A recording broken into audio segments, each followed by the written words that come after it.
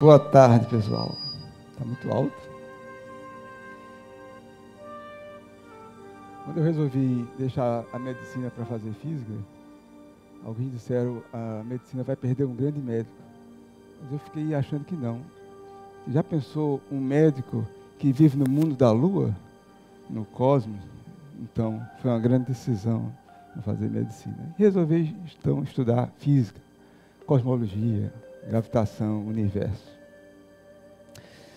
E hoje estou aqui, um grande prazer estar com vocês todos. Eu gostaria de fazer um convite para uma viagem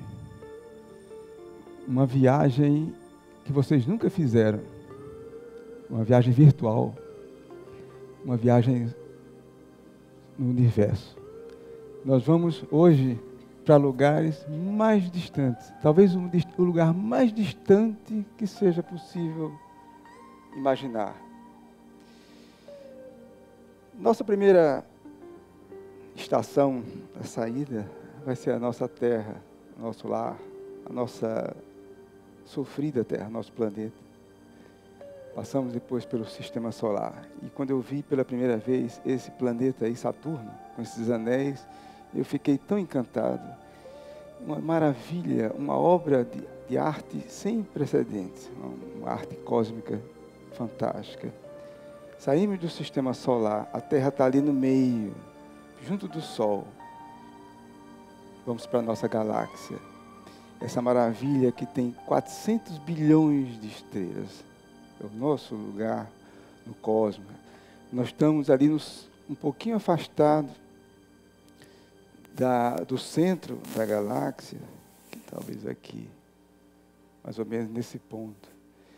E no centro exatamente dessa galáxia tem algo que os cientistas descobriram recentemente muito estranho. Um buraco negro. O buraco negro é um monstro cósmico que engole tudo que passa nas suas vizinhanças, inclusive a luz. Por isso que tem esse nome, buraco negro. A gente não pode ver, porque a luz que ele emitiria não seria refletida para nós. É completamente escuro. Está lá no centro da nossa Via Láctea. E nossa física hoje consegue explicar por que pode haver alguma coisa tão estranha como essa no nosso universo. A nossa galáxia, ela está nesse slide, naquele pontinho ali, a Via Láctea. E isto que está em torno dela é um aglomerado de outras galáxias. A mais próxima de todas as galáxias, nossa vizinha é Andrômeda, esta daqui. É uma galáxia muito bonita, parecida com a nossa. E nas vizinhanças dessas duas, nós temos várias outras galáxias, é o nosso aglomerado. O universo tem bilhões de aglomerados. Mas nossa viagem apenas começou. A gente vai um pouquinho mais para frente. E vamos muito para frente, muito longe. E essa é a fotografia da região mais distante que existe no universo visível. A história dessa foto é muito interessante.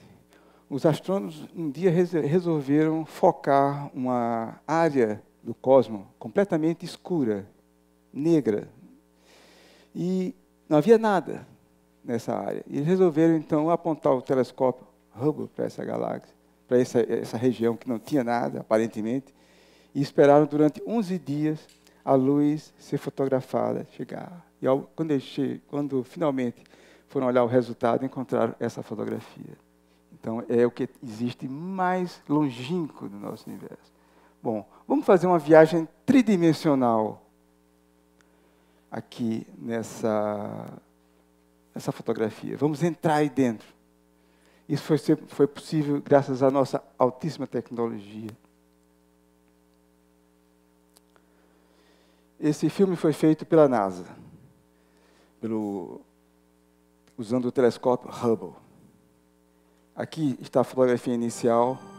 Nós vamos entrar em 3 dimensões dentro dessa fotografia. Estamos indo cada vez mais para os limites do universo. mais longe, mais afastado. Nós estamos passando por várias galáxias. Cada pontinho desse é uma galáxia. Nós estamos indo às fronteiras do nosso universo, do nosso cosmos. Uma velocidade estupenda. Esse cosmos que está também em expansão. É uma expansão que é algo muito difícil de explicar, porque a gente pergunta, como é que o universo pode expandir? Como é que o espaço pode expandir? E a resposta é muito simples. O universo expande porque todas as galáxias do universo estão se afastando umas das outras. Todas elas. Como fazer uma representação dessa ideia? Vamos fazer um modelo rápido para a gente ver como é que seria isso. O modelo que eu vou apresentar para vocês é esse aqui. Nós temos aí uma espécie de um balãozinho que está inflando. O primeiro balão, ele representaria o universo num certo instante. E ali estão as galáxias. À medida que o tempo vai passando, esse balão vai crescendo. E as galáxias, que seriam esses besourinhos, esses insetos aí dentro, começam a se afastar umas das outras. É isso que significa, mais ou menos, a ideia de que o universo está expandindo. Mas aqui a gente fica indagando se realmente existe essa expansão, se o universo está expandindo. Então, se nós voltarmos no tempo, se formos para o passado, nós vamos ter, em vez de uma expansão, uma contração. O universo está contraindo. E começamos a fazer uma viagem no tempo para o passado. E o universo vai cada vez mais contraindo, contraindo. Ora, vai chegar um instante, um tempo finito, e esse tempo é da ordem de 13 bilhões de anos, mais ou menos. Nesse tempo, então, o universo torna-se um ponto. Quando o universo torna-se um ponto, desaparece completamente tudo que a gente entende como sendo espaço, como sendo tempo. A matéria está toda concentrada num ponto. A temperatura seria infinita. A densidade de massa, de matéria, é infinita também. Então, temos o que os matemáticos, os físicos gostam de chamar de uma singularidade, ou um Big Bang. Mas a gente começa a pensar, como é que o espaço pode desaparecer? Como é que o espaço pode virar um ponto? Como é que o tempo pode deixar de existir? Aí vem a pergunta óbvia, ora, o que é que havia antes do tempo começar a existir? Essas perguntas todas são perguntas muito difíceis de a gente responder. Existem várias explicações possíveis e nós vamos tentar ver mais adiante um pouquinho como é que a gente poderia abordar esse problema, essa questão. Nos anos 60, 1960 até 1970, Stephen Hawking, quando era aluno em Oxford, assistiu a uma palestra do professor Roger Penrose, de Oxford. E nessa palestra, ele ficou muito intrigado com as ideias que o Penrose estava apresentando ali, e juntos começaram a trabalhar e desenvolveram, no contexto de uma teoria, da teoria relativa da relatividade geral, um teorema. E esse teorema no meio científico, teve grande repercussão. Esse teorema dizia o seguinte: se a teoria da relatividade geral de Einstein estiver correta, então essa singularidade, esse momento inicial do universo é inevitável. Não há escapatória. Nós tivemos, então, um início do tempo, do espaço, onde toda a matéria estava concentrada, e essa fase inicial do universo foi justamente a fase em que ocorreram a formação dos primeiros átomos, os átomos de hidrogênio, o átomo de hélio, o átomo de lítio, os elementos leves da química foram formados justamente nessa fase do universo. Já os elementos pesados, tem toda uma história muito bonita, foram formados no interior das estrelas. Os elementos que formam a vida foram formados lá dentro das estrelas. As explosões das estrelas supernovas foram espalhadas por todo o universo. Então, nosso corpo, os átomos, os elementos do nosso corpo vieram das estrelas. Que é muito bonito isso. Pois bem, mas essa questão de ter existido um momento inicial sempre perturbou muito a comunidade dos físicos. Como é que poderia acontecer isso? Bom, para explicar a dinâmica do universo, ou seja, esse movimento do universo, a expansão, tudo isso, a teoria que tem que ser usada é a teoria da relatividade geral, de Einstein, que foi formulada em 1915. Então, essa teoria, ela, na verdade, ela é considerada pelos físicos como talvez a mais bela teoria que nós temos, porque ela conseguiu um feito notável, que foi ligar a geometria, explicar a força de gravitação, a teoria da gravitação, que nós estudamos, a teoria de Newton, por exemplo, que nós estudamos na escola. Pois bem, essa força gravitacional, ela deixa de ser uma força e passa a ser uma geometria. É uma geometria curva. Então, com essa ideia de que a força da gravitação é uma geometria, por exemplo, é muito interessante a gente olhar o que é exatamente, por que um planeta entra em órbita em torno de uma estrela. Por exemplo, por que a Terra está em órbita em torno do Sol? Será que nós aprendemos primeiro na escola? É porque existe uma força gravitacional que está o tempo todo atraindo a Terra para o Sol. A teoria da relatividade geral oferece uma outra ideia. Diz, não é verdade, não é exatamente assim. O Sol cria, deforma o espaço-tempo. E a Terra, então, segue uma linha, é a linha mais simples possível nessa geometria. E essa linha acaba sendo uma órbita, assim como a gente está vendo aqui. Então, essa ideia muito elegante da teoria da relatividade geral. Reduzir a gravitação, a física, a uma geometria. Pois bem, então, por outro lado, a gente sabe que, para explicar o universo, a gente tem que ver como é que as galáxias, como é que os corpos celestes interagem entre si, como é que um nota a presença do outro.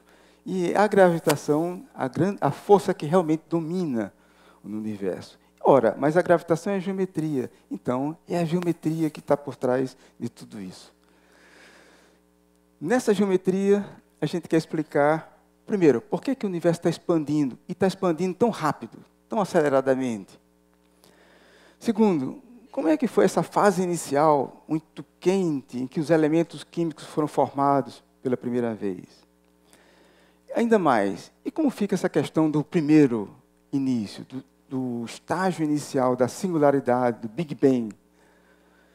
Bom, aqui nós temos uma representação gráfica, né, uma representação pictórica de como seria essa história do universo. Esse pontinho laranja que está aqui significaria, digamos, esse Big Bang, o início de tudo. Já essa fase vermelha corresponde justamente ao momento em que a temperatura do universo é extremamente alta e que começam a ser formados os primeiros elementos químicos. Depois, o universo continua em sua expansão. Essa forma de sino representa justamente essa expansão. A gente nota que há, imediatamente após o Big Bang, uma expansão notável, justamente nessa linha aqui, muito rápida, e essa expansão muito rápida é chamada de inflação.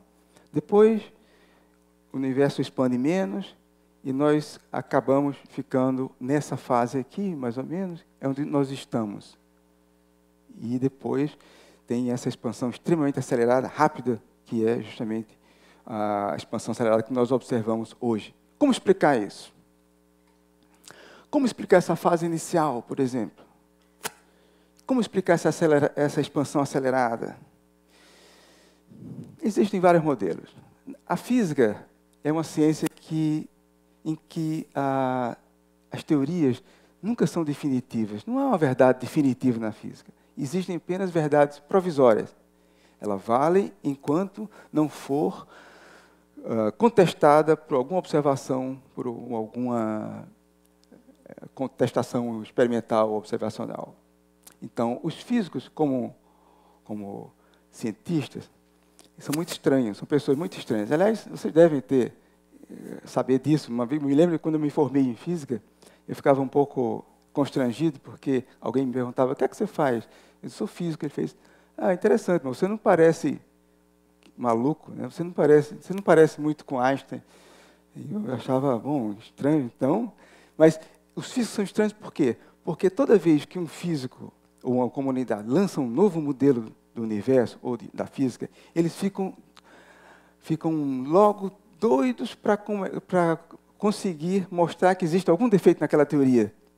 Então, e é por isso que a física avança, porque se um modelo está errado, a gente tem que tratar um outro modelo, consertar o modelo, e assim nós vamos adiante. Então, existem vários modelos, várias teorias para explicar o universo, para explicar, por exemplo, a fase inicial, a expansão acelerada. É verdade que existem aqueles que são mais aceitos pela comunidade. Por exemplo, existe agora eu vou entrar um pouco no jargão técnico, em termos técnicos, vou usar o termo campo escalar, inflaton. Esse inflaton é o nome técnico dos físicos, significa que ele é um campo que faz com que esse universo expanda muito rapidamente e faz com que haja a expansão inicial, a fase inicial do universo seja causada por ele. Nós não sabemos de onde vem esse inflaton. Nós não sabemos esse campo escalar, de onde vem. Os físicos não sabem. Aí dizem, bom, isso é uma energia escura. Mas que energia escura é essa que nós não vemos? Exatamente escura porque nós não vemos, mas é um campo escalar. Eles usam esse nome, campo escalar. Mas de onde vem esse campo escalar? Bom, essas indagações todas ainda são, hoje, indagações que estão em aberto, ninguém sabe ainda responder, e existem vários modelos, e nós, então, vamos entrar um pouquinho no nosso trabalho de pesquisa que nós desenvolvemos no nosso grupo aqui na universidade. Nós fomos buscar inspiração nas ideias de Einstein.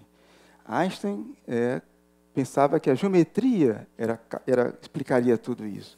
E nós fomos buscar um campo escalar de uma geometria. E descobrimos que Hermann Weyl, um matemático famoso do século XX, tinha inventado uma geometria escalar. Nós estudamos essa geometria escalar e descobrimos que poderíamos explicar, talvez, essa fase inicial, essa inflação inicial do universo. Podíamos explicar essa expansão acelerada usando uma geometria, que é algo muito mais natural. Essa geometria é a geometria do espaço-tempo, é a geometria ligada à gravitação.